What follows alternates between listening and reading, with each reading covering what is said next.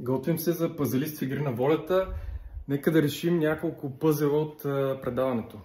И да ви покажа с какво ще се борим. Така имаме купче на Рубик. Това е Тетрис купче, или поне аз така го наричам, с доста повече части, отколкото в игрите. Имаме така наречения императорски пъзел, който е подреден така както беше в епизода. Танграмен пъзел, това е може би най-лесният, но за момента им само такъв. И слайдинг пъзел 15. Така, настроихме телефона. Мисля, че е добре. Това беше може би по-сложната част. Сега започваме с купчето на Рубик. Така, дали ще се вижда? Окей. Ами, да. Започваме с купчето на Рубик, като по принцип го нареждам средно за около 3 минути, като трябва да падна поне под 2, но за момента толкова. Между другото, ако сте от Пловдив, най-добрият начин да научите купчето на Рубик е може би в трафика.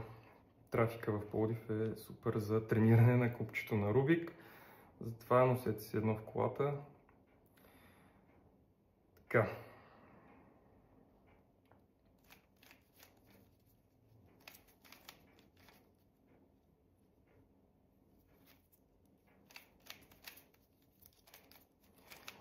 Целта е първо да наредите бялата страна. Естествено, най-добре е да знаете алгоритмите за нареждането, защото без тях пробвал съм, отнеми няколко седмици сигурно, но това е без алгоритмите. Като научите алгоритмите, вече всичко става доста по-лесно. Ето, бялата страна е готова. Така. Като трябва да ви се получат ето тези. По този начин трябва да ви стане долната част на купчето. Почваме да нареждаме сега долните два реда.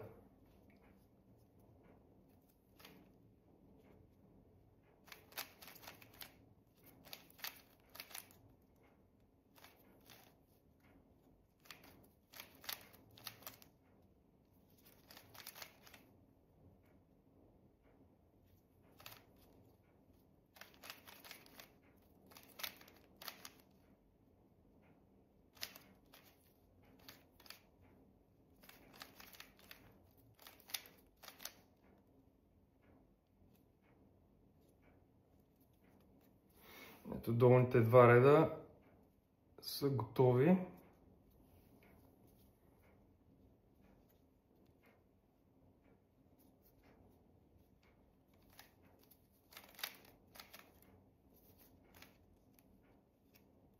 Трябва тук отгоре да ви се получи жълт кръст.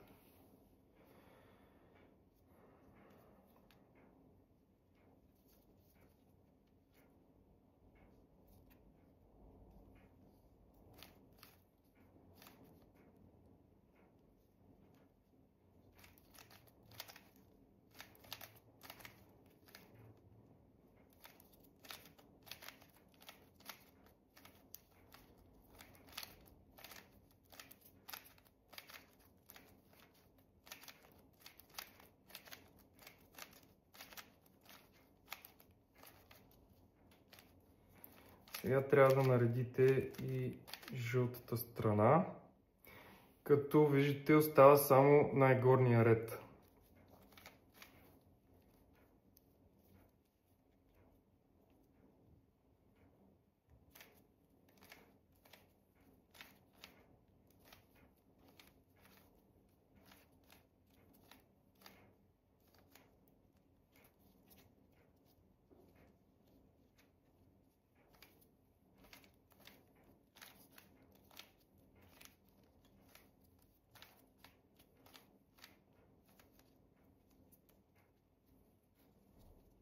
Когато наредите една от страничните страни, че започваме последната част от решаването.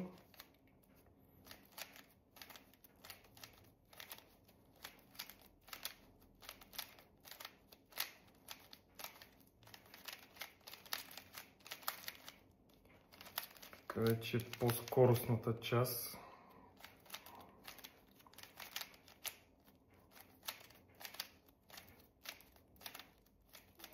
Още се уча и доста бавно, но както ви казах, в трафика в Пловдив определено ще се научите още по-бързо. И ето, купчето е готово. Минаваме към следващия пъзел. Така, това е императорския пъзел. Има много начини за решаване, но това е моя. Сигурно има и по-бързи, но аз поне го решавам по този начин.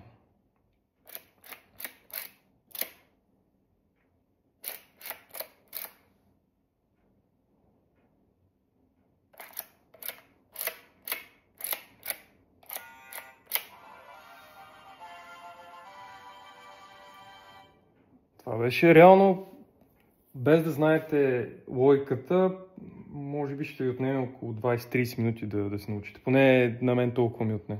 Така дойде реда на танграмния пъзел. Лично аз започвам с големите части, като тук просто може би най-добре да имате така нареченото инженерно мислене, да може да си представите цялостната картинка и как се нареждат частите една с друга. Сега Тетрис купчето, ако трябва да бъда честен, тук нямам конкретна логика. Разчитам на инженерното си мислене и като за начало може би започвам първо с тези плюсчета. Така.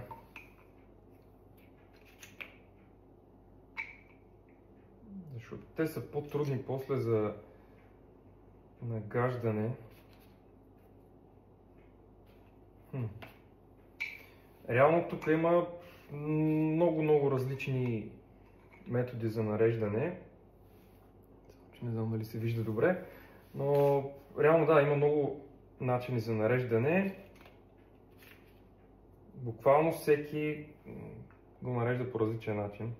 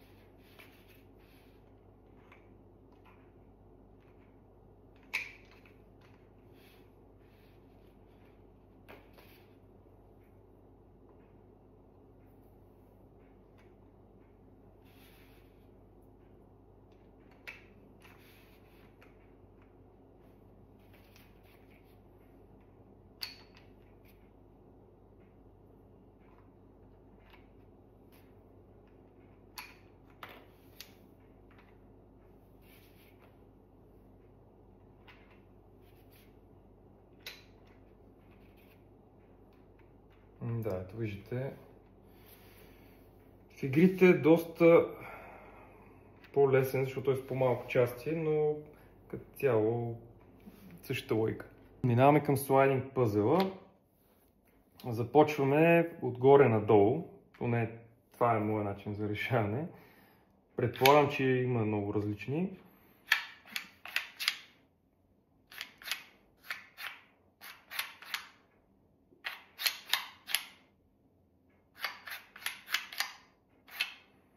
Трябва да разменим четворката и седмицата.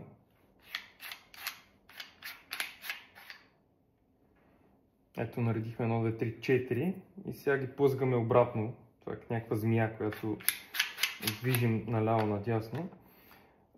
Така, първия ред е готов.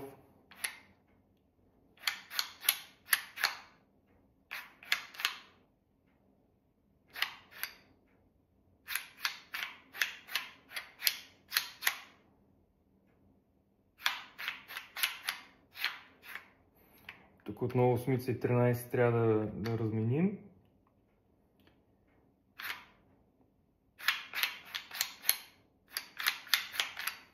5, 6, 7, 8. Ето и втория ред е готов.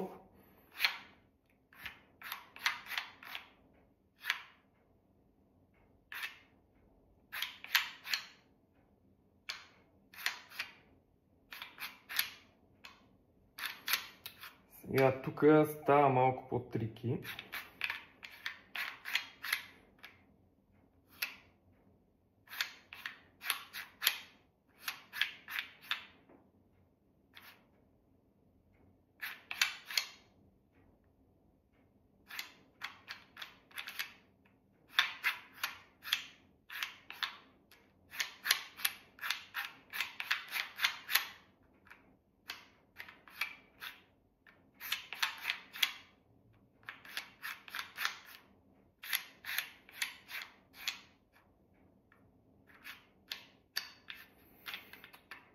Ето това е, тук е трики частта, нареждаме тези 13, 14, 15, след това връщаме тези по този начин, нареждаме тук 13, 14, 15, слайдваме надясно и ето, готов е и слайдинг пъзела.